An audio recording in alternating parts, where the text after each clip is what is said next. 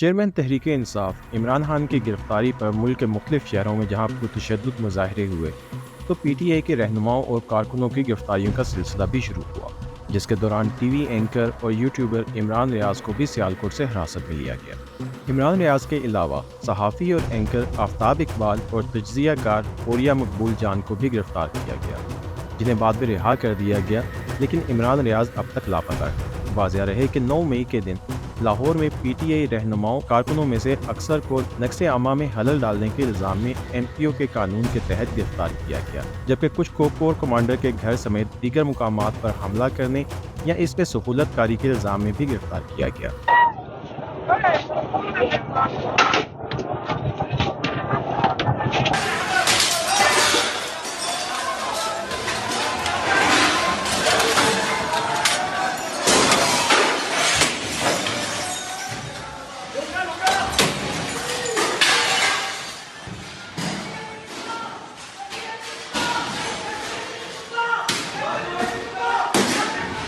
YouTuber Imran ریاض ماضی میں مختلف ٹی وی چینلز پر پروگرام کرتے رہے ہیں اور اپنے پروگرام کے مواد کے باعث تحریک انصاف اور فوج مخالف حلقوں میں کافی مقبول سمجھے جاتے ہیں۔ اوریا مقبول سابق بیوروکریٹ ہیں اور مختلف ٹی وی شوز میں بطور تجزیہ نگار پیش ہوتے ہیں۔ وہ اپنے پروگرامز میں جن خیالات کا اظہار کرتے رہے ہیں، اس کی بنا پر عام تاثر یہ ہے کہ وہ تحریک انصاف کے حامی ہیں۔ آفتاب اقبال بھی عمران خان کے ہمدرد سمجھے جاتے ہیں اور ان دونوں نے حالیہ عرصے میں سابق وزیر اعظم کے متعدد انٹرویوز بھی کیے ہیں۔ واضح رہے کہ عمران ریاض 11 مئی کو سیالکوٹ کے ایئرپورٹ سے گرفتار ہوئے تھے، تاہم پولیس کے مطابق ان کو رہا کر دیا گیا تھا۔ آئی جی پنجاب ڈاکٹر عثمان انور نے 16 مئی کو بتایا عمران ریاض کو کچھ دن قبل گرفتار کر کے جیل میں ڈالا گیا، جہاں انہوں نے تحریری بیان میں اچھے رویے کی یقین دہانی کروائی جو عدالت میں پیش کر دی گئی ہے۔ آئی جی کا کہنا تھا اس یقین دہانی کے بعد ایم پی او واپس لے لیا گیا اور وہ آزاد ہو گئے۔ 15 مئی کو لاہور ہائی کورٹ نے عمران ریاض کی بازیابی کے لیے 48 گھنٹوں کی مہلت دی تھی۔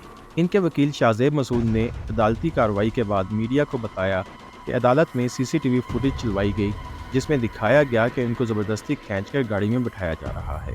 سوموار کے دن اس کیس کی سماعت ہوئی تو پنجاب پولیس کے آئی جی ڈاکٹر عثمان انور کی جانب سے ٹی وی اینکر اور یوٹیوبر عمران ریاض کے بارے میں لا علمی کا اظہار کے بعد ہائی کورٹ نے 25 مئی تک سماعت ملتوی کرتے ہوئے وفاق سے جواب طلب کر لیا ہے۔ لاہور ہائی کورٹ میں سماعت کے دوران چیف جسٹس نے آئی جی پنجاب سے سوال کیا کہ آپ کی کیا پروگریس ہے۔ آئی جی پنجاب پولیس عثمان انور نے جواب دیا کہ ہم نے تمام ایجنسیوں سے میٹنگ کی، پورے پاکستان کی پولیس سے پوچھا، کسی کے پاس عمران ریاض نہیں ہے۔ آئی جی پنجاب نے عدالت کو بتایا کہ ان کے تابع کوئی ایجنسی نہیں ہے، اور اگر عدالت وزارت دفاع اور وزارت داخلہ کو نوٹس کر دے۔ Chief justice Lahore high court justice Amir Bhatti نے ریمارکس دیے کہ عدالت کے لیے عمران ریاض کی حفاظت سب سے زیادہ اہم ہے۔ انہوں نے کہا کہ اگر عمران ریاض کو نقصان ہوا تو پھر کسی کی معافی نہیں۔ عدالت نے آئندہ سماعت پر وفاق سے جواب طلب کرتے ہوئے 25 مئی تک سماعت ملتوی کر دی۔ یوٹیوب اور دیگر سوشل میڈیا پلیٹ فارمز پر مقبولیت رکھنے والے ان صحافیوں اور تجزیہ کاروں کو کس الزام میں اٹھایا جا رہا ہے اور اس دوران ان سے کیا سلوک کیا جا رہا ہے، اس بارے میں مزید تفصیلات جاننے کے لیے ہم نے صحافی آفتاب اقبال سے رابطہ کیا۔ صحافی اور اینکر آفتاب اقبال عرصہ دراز سے میڈیا سے وابستہ ہیں اور ان دنوں ڈیجیٹل میڈیا پر اپنے مختلف شوز پیش کرتے ہیں۔ ہمارے سوال پر آفتاب اقبال نے بتایا کہ جس دن کور کمانڈر کے گھر پر حملے کا واقعہ ہوا اس دن وہ وہاں رپورٹنگ کر رہے تھے اور ان کے ساتھ ان کی 4 مختلف ٹیمیں کوریج کر رہی تھیں۔ وہ بتاتے ہیں کہ مجھے اب فیلڈ رپورٹنگ کا کبھی کبھی موقع ملتا ہے۔ اس وقت میں لائیو ٹرانسمیشن میں بار بار یہی کہتا پایا جا رہا ہوں کہ یہ نہ کرو، کور کمانڈر کے گھر داخل ہونے کی کوشش نہ کرو، اپنی تحریک کو خراب مت کرو۔ تو میرے لیے کہا گیا کہ آفتاب اقبال بھی وہاں پائے گئے تھے تو ان کو بھی ٹھونک دو۔ آفتاب اقبال کا کہنا تھا کہ وہ جمعرات کی دوپہر اس وقت سو رہے تھے اور روزے کی حالت میں تھے جس وقت ان کو اٹھایا گیا۔ ان کا کہنا تھا کہ شکر ہے کہ اس وقت گھر میں بیٹیاں اور اہلیہ نہیں تھیں۔ انہوں نے کہا تقریباً 15 کے قریب پولیس والے 2 سفید کپڑوں میں ملبوس افراد میرے گھر میں آئے اور میرے فون اور لیپ ٹاپ اٹھا کر مجھے یہاں سے لے گئے۔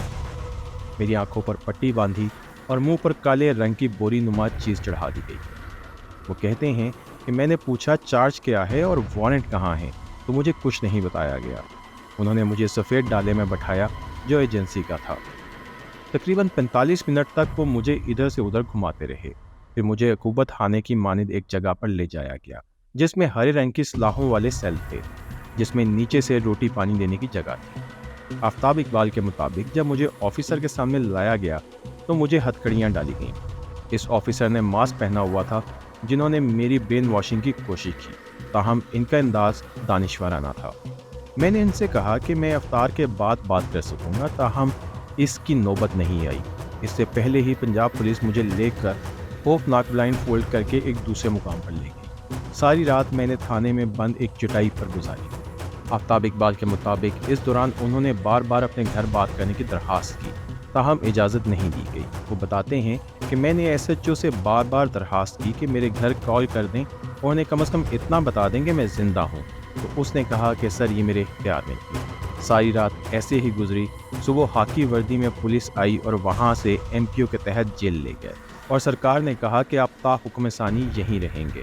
ابھی فارم وغیرہ فل ہو رہے تھے کہ chief justice Lahore high court نے پیش کرنے کا آرڈر کر دیا اور پیشی کے دوران رہائی مل گئی۔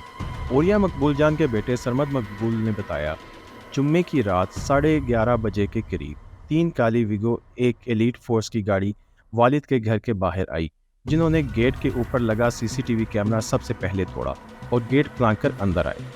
اس وقت گھر پر والدہ، والد اور 2 ملازم موجود تھے۔ شور سن کر والد اور والدہ کمرے سے نکلے تو انہیں کہا گیا کہ وہ اپنی جگہ سے نہ ہلیں۔ وہ بتاتے ہیں کہ پہلے وہ سب پورے گھر میں پھیل گئے۔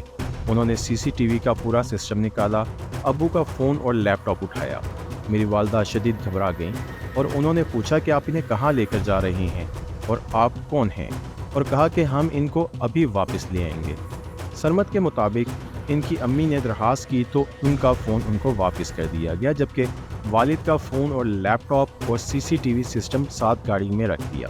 انہوں نے دعویٰ کیا کہ اٹھانے والوں کے یونیفارم بلیک تھے، جس پر کوئی نشان نہیں تھا، اور کوئی سرچ وارنٹ نہیں دکھائے گئے۔ عمران ریاض کی گمشدگی پر پاکستان کے سوشل میڈیا پر صحافیوں میں تشویش پائی جاتی ہے، تاہم ان کے غائب ہونے کی اطلاعات سامنے آنے پر سوشل میڈیا پر جہاں کافی بحث ہوئی، وہیں اس صورتحال میں صحافتی تقسیم کی جھلک بھی واضح محسوس کی جا سکتی ہے۔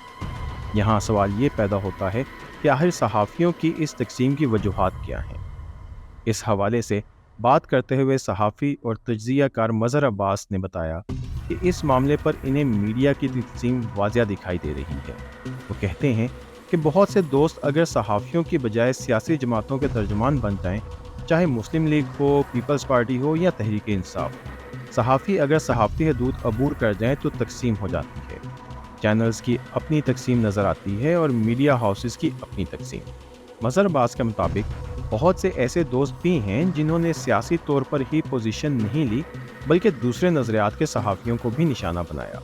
ان کے مطابق اس تقسیم کے باعث صحافیوں کی یکجہتی بیانات کی حدود تک نظر آتی ہے۔ انہوں نے کہا چاہے یہ کیسز ہوں یا مطیع اللہ جان کا کیس ہو یا ارشد شریف کا افسوسناک کیس ہو، ان سب میں وہ متحد آواز نظر نہیں آئی جو آنی چاہیے تھی۔ میڈیا ہاؤسز میں تقسیم کا نقصان ہو رہا ہے، تنظیمیں بھی ایک پلیٹ فارم پر نظر نہیں آ رہی، جس کی وجہ سے صحافیوں کی اپنی جدوجہد بہت زیادہ متاثر ہوئی ہے۔ صحافیوں کی تقسیم کے معاملے پر جب صحافی کمال صدیقی سے ہم نے رائے جانی تو ان کا کہنا تھا کہ جن لوگوں کی بات آپ کر رہے ہیں ان پر سیاسی وفاداریاں غالب دکھائی دی، جنہوں نے سابق وزیر اعظم عمران خان کے دور میں بہت باعث صحافت کی تھی، جس کی وجہ سے بہت معصوم لوگوں کو نقصان پہنچایا گیا تھا۔ تاہم ان کے ساتھ اب جو سلوک ہو رہا ہے وہ بھی غلط ہے۔ کمال صدیقی نے اس کی مثال یوں دی کہ کسی غلط کام کرنے والے کے ساتھ جواباً غلط کرنے کا کوئی جواز نہیں ہوتا۔